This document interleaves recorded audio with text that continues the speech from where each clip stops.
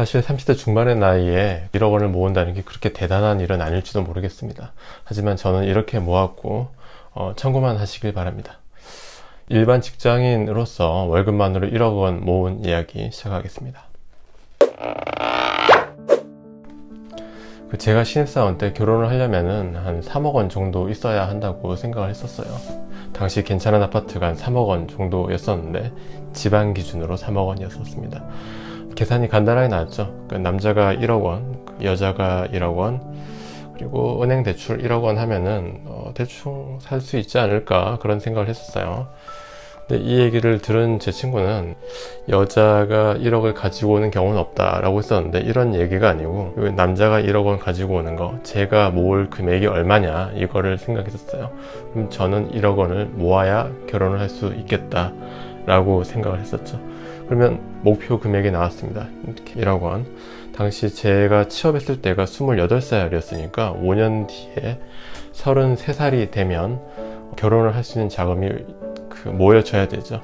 이거를 나누면 1년에 2천만 원씩 모으면 되고요. 그리고 12달 나누면은 한 달에 167만 원씩 모으면 됩니다. 한 달에 167만 원씩 5년 동안 모으면은 결혼할 자금 1억 원이 만들어집니다.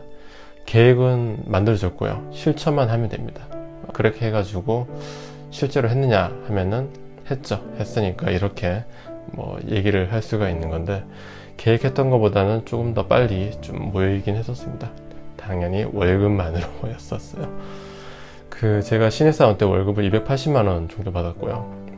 280 중에 적금을 100만 원, 50만 원, 30만 원 이렇게 여러 개 좀 만들었는데, 이게 중복이 되다 보니까 좀 심할 때는 한 달에 220만 원이 동시에 적금이 들어가는 상황도 됐었어요. 그러면 나머지 빼버리면 보험비 10만 원, 휴대폰 할부하고 통신요금 10만 원 빠지면 저에게 순수하게 남는 돈은 한 40에서 50만 원 정도가 되는데, 40에서 50만 원 정도로 한 달을 삽니다. 10대 후반, 30대 초반이 그렇게 했었어요. 어떻게 그렇게 살았냐면은 당연히 제가 회사 기사에 살았기 때문이기도 하고요. 가장 결정적인 이유는 바빠서였습니다. 바빠서 돈을 쓸 시간이 없었어요. 평일에는 일하고 들어오고 일하고 들어오고의 반복이었었고요. 그래서 쓸 수 있는 시간이 없었어요. 이거는 겪어봐야 깨닫는 상황입니다. 바쁘면 쓸데없는 돈도 쓰지 않고요. 그리고 둘째는 제가 유흥을 그렇게 잘 안 했습니다. 공개된 영상이라서 자세하게 얘기는 못 하겠는데, 유흥만 안 해도 돈을 많이 쓰지 않습니다. 그리고 어떤 사람은 얘기하는데 유흥이 아니라도 스트레스 풀 방법 많아요. 누군가는 또 이렇게 얘기하더라고요, 저한테. 그렇게 살면은 낙이 있느냐 낙이 있느냐, 술 담배도 안 하고 유흥도 안 하고 쇼핑도 안 하고 뭘 하느냐 라고 하는데, 여기서부터 제가 하고 싶은 얘기입니다.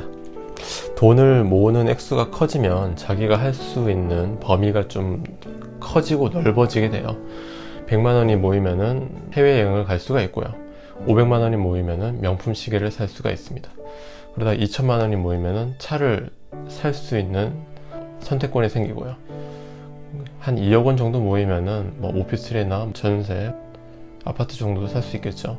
이런 건 자기가 직접 모아 봐야지 이 시야가 넓어지는 경험을 할 수가 있어요. 자기 지갑에 몇십만 원밖에 없다면은 게임 아이템이나 사고 끝이 나겠죠. 근데 이게 100만 원을 넘기게 되면은 내가 돈을 모아냈구나 하는 생각을 할 수가 있습니다.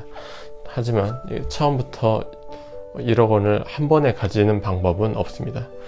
그리고 너무 모으는 얘기를 해서 좀 그렇지만은 저는 어느 정도 좀 쓰면서 살았었습니다. 1000만 원 모이면은 한 몇십만 원짜리 운동 장비도 샀었고요. 5천만 원 정도 모이면 200만 원짜리 스쿠버 다이버 하러 외국에 갔다 오기도 하고, 그리고 책 읽고 싶으면은 서점에서 10만 원, 20만 원 정도 책을 사기도 했었습니다. 스스로에게 소비가 아니라 이게 가치가 있다라고 생각되는 것에는 과감하게 썼습니다. 제가 하고 싶은 말은 현재와 미래를 포기하지 않았으면 합니다. 오늘보다 내일이 좀 나아진다면은 어떻게든 방법이 있다라고 생각을 하고요. 사실은 여기까지가 대본을 썼던 내용의 전부인데, 대본을 쓰고 여기서 여러 번 갈아엎었었습니다. 사실 1억 원 모은다는 게 이제 와서 어떤 의미가 있을까 좀 생각을 해봤는데, 저희들 인생을 한 80에서 100살로 생각을 하면 30 정도에 1억을 모은다는 게 어떤 의미가 있을까? 큰 의미가 없을 수도 있고요.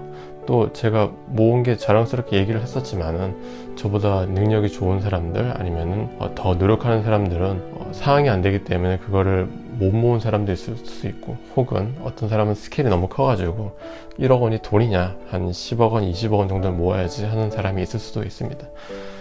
그래서 그 기준들이 천차만별일 수가 있는데, 지금 젊은 나이 때 작은 성취가 저희들 인생의 성공과 실패를 결정짓지는 않을 것 같아요. 지금 저한테 성공했냐라고 물어본다면 아닌 것 같아요. 그리고 혹시나 실패했냐라고 물어본다면 그것도 아닌 것 같습니다. 제 인생이 성공했냐 실패했냐라고 대답을 하려면 나이가 한 80은 돼야 생각할 수 있지 않을까 싶어요. 대신 이렇게 얘기를 할 수 있겠죠. 아직 성공하지 않았고요. 그리고 아직 실패하지도 않았습니다. 요즘에 성공에 대한 기준이 뭐냐라고 하면은 저는 이걸로 대신 하겠습니다. 제 손에 뭐 비싼 명품 시계가 있는 것보다는 제 한 손에는 와이프 손을 잡고요, 한 손에는 딸의 손을 잡고 있는 게 저한테는 가장 큰 성공인 것 같아요. 뭐 몇천만짜리 뭐 호테고 후이어 시계를 갖다 줘도 딱히 바꾸지 않을 것 같아요. 지우야, 잠은 안 자고 지금 옷 가눈다고 난리다, 맞지? 우와, 잘한다. 우와, 우와, 예. 우와, 이제 목 잘 가누네. 우리 지우.